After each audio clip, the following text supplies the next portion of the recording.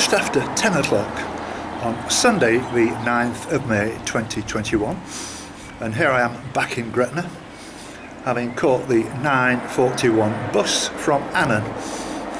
And I saw a sign more or less immediately after leaving Annan saying it's 7 miles.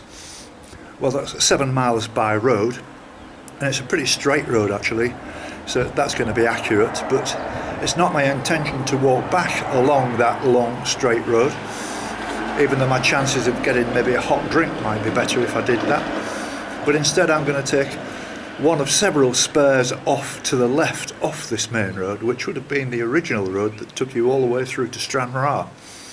But behind me there's a bypass now that actually bypasses Dumfries and all that. So this is the old road, and it would be much quieter than it used to be, but nevertheless it wouldn't be able to show you very much at all.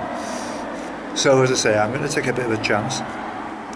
I did read the writings of Ruth Livingston, who suggested that when she did this walk she left Gretna and found a coastal path, but she said it was barbed wire fences, wading through small rivers, all that kind of stuff, and I'm not up for that at all. And now that I know that, that was good warning for me, because I had several mishaps with barbed wire fences in the past, especially when Ralph was with me when we got close to John O'Groats. And had it not have been for the fact that Ralph was with me, my body would probably still be hanging off the fence. I got well and truly tangled up, cut my knees, cut my coat. I've still got the scars to prove it on my coat and actually on my legs.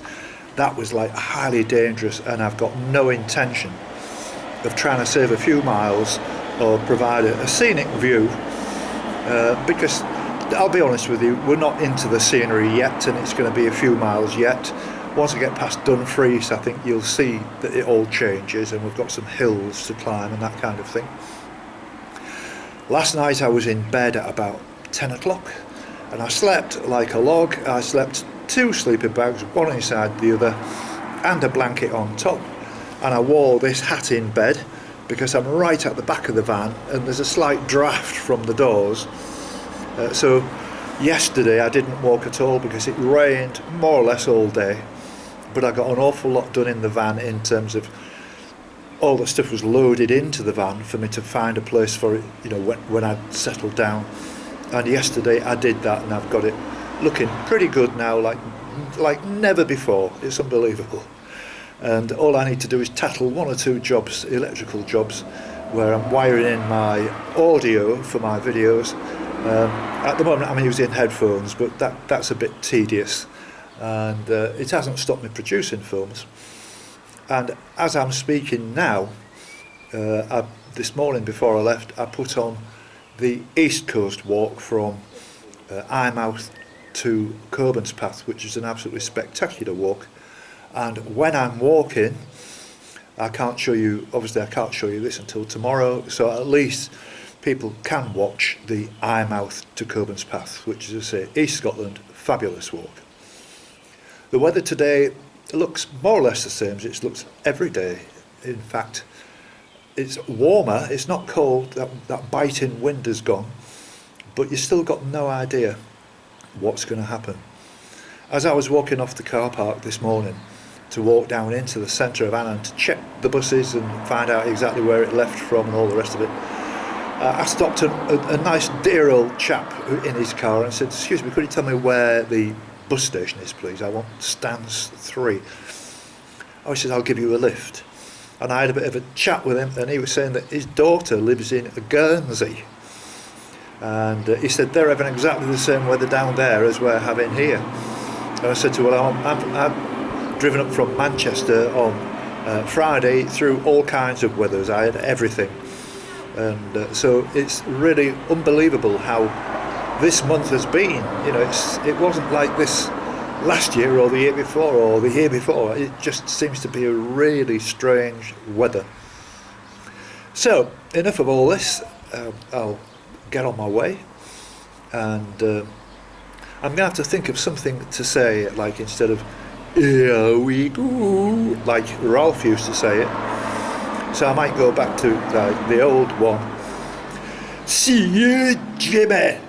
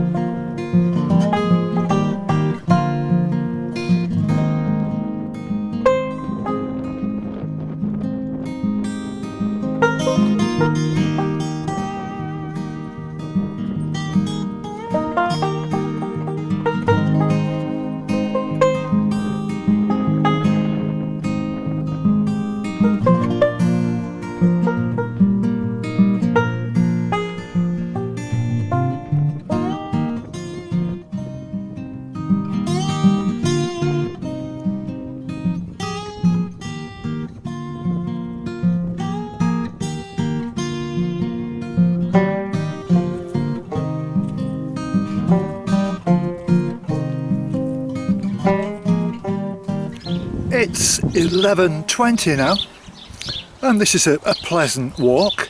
I'm away from the traffic. It's very rural. It could be anywhere in Britain for that matter, but I know I can't get a very good view of the Solway Firth from here. It's probably about a mile away. I did get a view of the Lake District actually. You can see the tops of the mountains, and some of them are still covered in snow. I don't know whether you could pick those out. I think the camera wouldn't be strong enough to let you see that.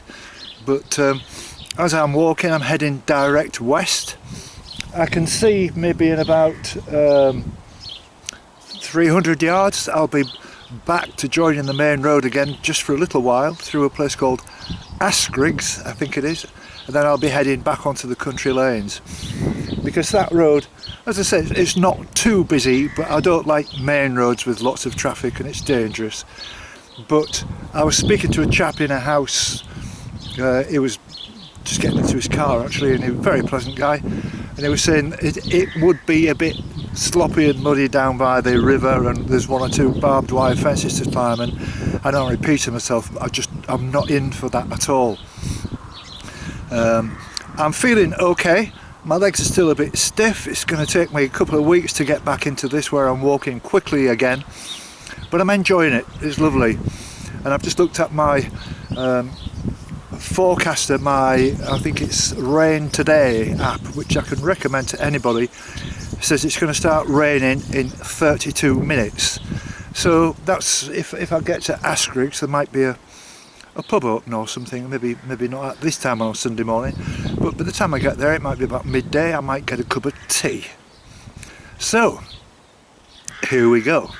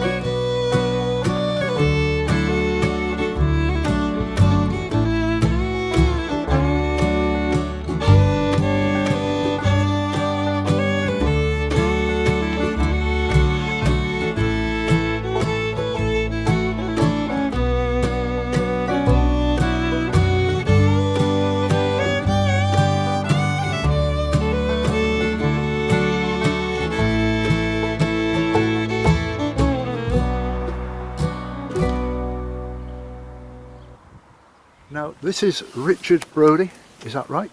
Yep.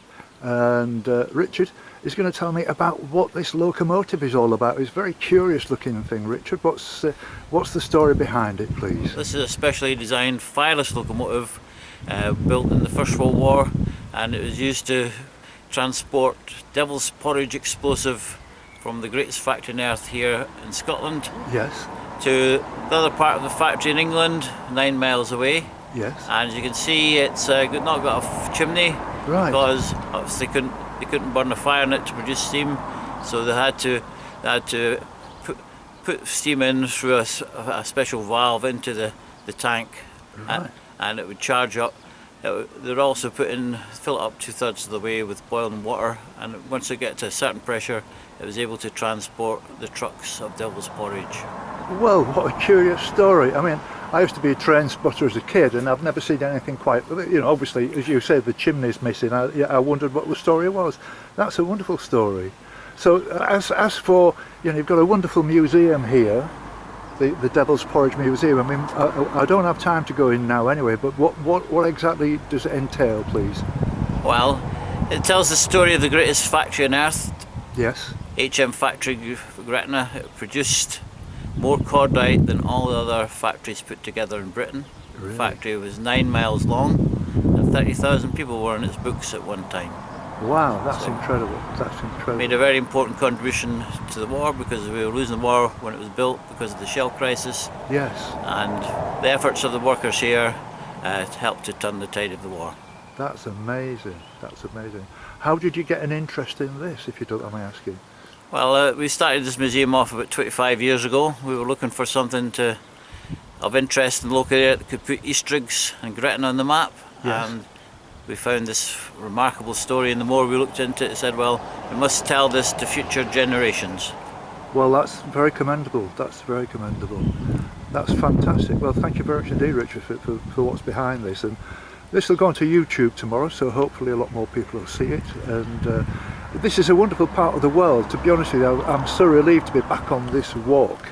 And I mean, the main road, obviously between Annan and Gretna, I've stayed off the main road. I've been walking along the lane, the country lanes, to stay away from the traffic and everything. But you know, I'm heading west now. But it's a very clean and tidy part of the country, isn't it? Yes, Dumfries Galloway is a beautiful part of the country, and everybody should visit it because you'll really enjoy it. Yes, excellent. Thank you very much indeed for your time, sir. Thank you. Thank you very Thank much. you. Thank you.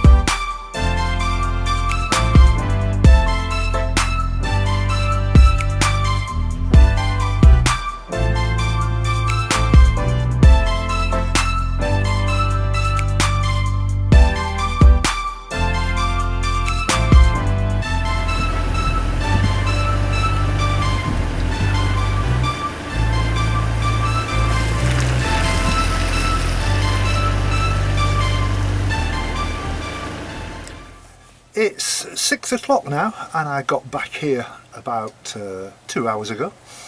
I've started the edit and I've done very well with that, so I'm not far off finishing. There's only just this last little bit to put in. And it was a great day's walk. I must admit I did feel better today than I did when I walked from Carlisle to Gretna. I've still got a long way to go with my knees. I know it's going to take, I've got hardly any muscle. I think that's one of the problems. And I can feel them hardening up a little bit now. My feet were absolutely no trouble today, simply because I did what I usually do, and that's smother my feet in Vaseline and put a pair of thin cotton socks on, and then some woolen socks, and I decided to stick out with these older trainers, even though I've got a new set to wear. But it was a good walk, and the thing that struck me about this county, Dumfries, and not quite sure what the full name is, if I'm to be honest. Very clean and very tidy, and the people are very friendly. I got chatting with one or two, and I didn't walk the main road, as you saw. I walked mostly, I would say, in country lanes, and again, it was absolutely spotless and tidy, and very, very lovely animals, all the cows and the sheep and all the rest of it. A very rural Scottish area.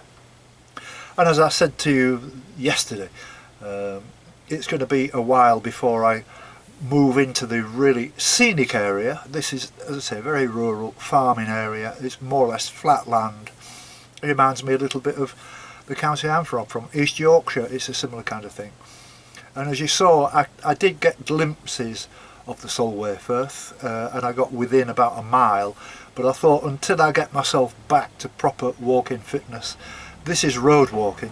There's a big difference between road walking, which a lot of people say does take the toll on you a little bit, but rather than going into the sort of wet fields, and I was warned, as I said before, by Ruth Livingston, that there are 1 or 2 barbed wire fences to climb, and I'm not going to do that. I don't fancy the idea of that at all.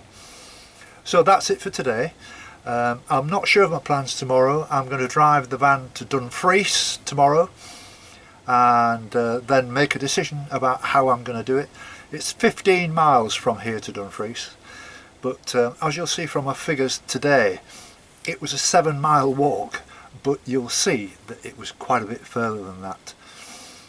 One other little thing to mention: while I was in Annan, I went to the town centre, and I saw this shop that's selling kilts, and this goes back to something on the east coast when I was in Dundee, and I met this guy who was trying to talk me into wearing a kilt, and I'm still not quite so sure about that really, but nevertheless they did look very nice and tidy. Annan itself is just like one big street, and I nearly went for a pint, but I thought, no, I've got a lot of work to do. I want to keep ahead of this, and so hopefully I'm going to see you tomorrow. If not, I'll put on day 3 of my East Scotland walk, which is from Coburn's Path to Dunbar. So thank you very much for watching. I hope you've enjoyed it, and I'll see you tomorrow, one way or the other. So here's my figures, and see you later. Thank you. Bye now.